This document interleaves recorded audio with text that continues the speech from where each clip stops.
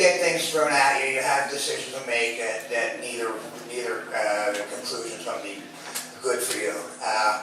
I lived a life of an outlaw, and living a life of an outlaw, you tend to manufacture the dilemma, the trilemma, the quadlemma that you run into where you have a choice that really everything stinks. So, as a preface to the story, I wanted to explain that part. The story's rather simple, but the realization that came about because of the situation had a direct impact on a lot of parts of my life. My friend Suds and I, Suds was a good guy, a little bit crazy, smiled at everything. Had this big white frothy hair, actually looked like soap suds, that's why we call them suds. We had a plan, and the plan was we're going down the shore, but we don't have any money. So going a while without money is not an interesting concept in any way, shape, or form. So we decide, you know, there's a paper branch. I don't know how many people are old enough to remember when I was young. Paper boys would deliver your paper, they would come collect the money. At the end of the week, they would take it to the branch and pay off. And what they made over and above what they owed was what they made for the week. I was a paper boy for the bulletin. So we decided to rob the bulletin branch. Because, first of all, the guy who runs the bulletin branch is my age. And secondly, we had cased the place because it was a converted garage and it had a padlock on the outside. So we could take the guy's money, lock him in, and walk home because we didn't even have a car. So we go rent a gun with no bullets. We were the Barney Fife of the other team. So we go to this place, we get there, we're going to hold this guy up, we're going to take his money. Not a good thing. I mean, there's already a dilemma here. And nothing good's coming of this. So we get there, the guy thinks we're two friends of his pulling a stunt on him.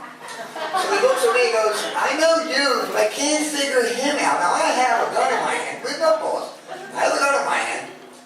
I turn the pad, Suds. I said, you have to hit this guy to let him know we're serious. So he hits the guy. Now the guy's panicking. So he gives us all the money. We're ready to leave. And the guy says, look, I'm claustrophobic. You leave me here, man, I'll just go nuts. And here was the one dilemma in my life that made it change, because what I was fighting was my own conscience. Look, I'm an outlaw. I was an outlaw. Believe me, I've done a lot different, but I was an outlaw. Point being, I had a conscience. So I'm there doing a very bad thing, and I'm putting a guy in a very bad situation. We thought, hey, we're robbing the bulletin. We're not robbing the kids. We're going down the shore. That's all we're trying to do. But we're committing a felony. It's my robbery is 5 to 7, as I recall from my knowledge of the system. So we decide, you know, what are we going to do with this guy? I mean, he's claustrophobic. I'm having a conscience wrestling thing going on. He's saying, look, don't lock me in. I swear to God, I won't call the cops. There was no cell phones and stuff, so who gives a fuck? He ain't going nowhere. So I'm having this conscious fight in my mind, like, I gotta let this guy go. And actually, in a roundabout way, I knew the kid. I knew who he was. I knew him from his neighborhood. And I thought, you know, God, that's a horrible thing to do to somebody, you know. Fortunately, a car pulls up, and here's 3 of his friends come out. Now, we have bags over our heads, by the way. While he's going on. So they see us as they come up, they go, wow, Norm Robert, this is cool. So the dilemma becomes solved by the fact that now we can lock the guy in there instead of taking his word that he's not going to turn us into the cops if we let him just sit there and not padlock him in. So now if he goes crazy, he's got 3 people to deal with him. So we wind up leaving. The point comes to this.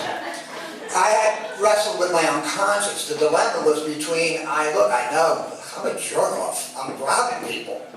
For what? For my own selfish desire to go down the shore and have a good time for a week. By the way, we spent every nickel in 7 days. Or do I listen to my conscience and say, just don't hurt people? And look, we took a week down the shore, we had a good time. Within 3 weeks, I signed up for the Merchant Marine. I got myself out of that situation and said, you know what?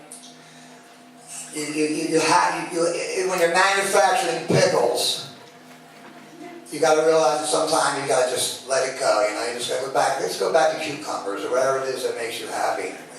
Thank you for taking the time.